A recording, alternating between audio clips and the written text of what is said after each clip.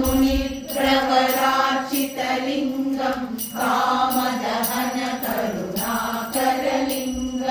रावणदर्पविनाशकलिङ्गं तत्प्रणमामि सदा शिवलिङ्गं सर्वसुगन्धसुलेपितलिङ्गं बुद्धिविवर्धनकारणलिङ्गं सिद्धसुरासुरवन्दितलिङ्गं तत्प्रणमामि सदा शिवलिङ्गं कनकमहामणिभूषितलिङ्गं फणिपतिवेष्टितशोभितलिङ्गं दक्षसुयज्ञविनाशनलिङ्गं तत्प्रणमामि सदा शिवलिङ्गं कुङ्कुमचन्दनलेपितलिङ्गं पङ्कजहारसुशोभितलिङ्गं सञ्चितपापविनाशनलिङ्गं तत्प्रणमामि सदा